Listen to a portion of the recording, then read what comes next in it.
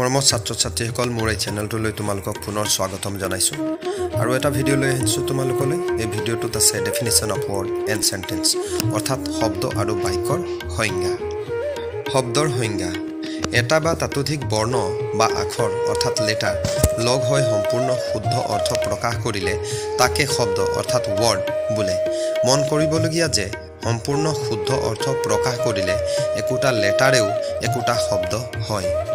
For example, boy অৰ্থাৎ লোৰা I মানে মই beautiful ধুনিয়া আদি এতিয়া আমি শব্দৰ সংজ্ঞা ইংৰাজী দেখিম definition of word according to the Oxford dictionary a word is defined as a single unit of language that means something and can be spoken or written for example a an drone mobile sky ocean rainbow, snake, elephant, motorcycle, aeroplane, etc. এবাৰ দেখিম sentence অৰ্থাৎ বাক্যৰ সংজ্ঞা দুটা বা তাতোধিক word অৰ্থাৎ শব্দ লগ হৈ এটা সম্পূৰ্ণ অৰ্থ প্ৰকাশ কৰিলে তাকে সেন্টেন্স মানে বাক্য বোলা হয় for example the students are playing অৰ্থাৎ ছাত্ৰ-ছাত্ৰী বিলাকে খেলি আছে দুই নম্বৰ উদাহৰণ Mira bought a new mobile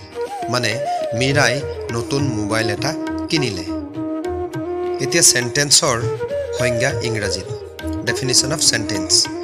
a sentence is a combination of words put together to convey an idea a fact a question a thought a request or a command for example number 1 Ram was walking in the jungle number 2 please give me a 10 rupee note.